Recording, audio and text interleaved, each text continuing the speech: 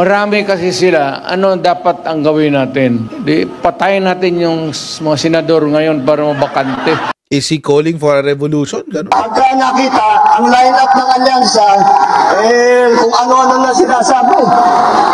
Narinig lang natin ng isang araw. Wala daw pagas. Siguro, kanina wala silang pagasa.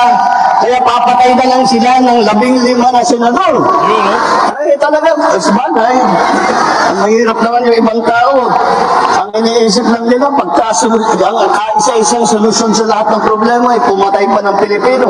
Alam nyo mga kotsero kung saan niya sinabi to? Davao del Norte, guys. Lapit lang yan sa Davao City. Malamang sa malamang nandyan si Digonggong sa Davao. Malamang sa malamang. Malamang nakarating na to sa tenga ni Digonggong. Sasabihin na naman ng mga tao. Masyado mo namang sineseryoso si Digong Joke lang naman yan. Joke lang. Hanggang kailan magiging joke yung obvious na palusot? Hanggang kailan siya joke?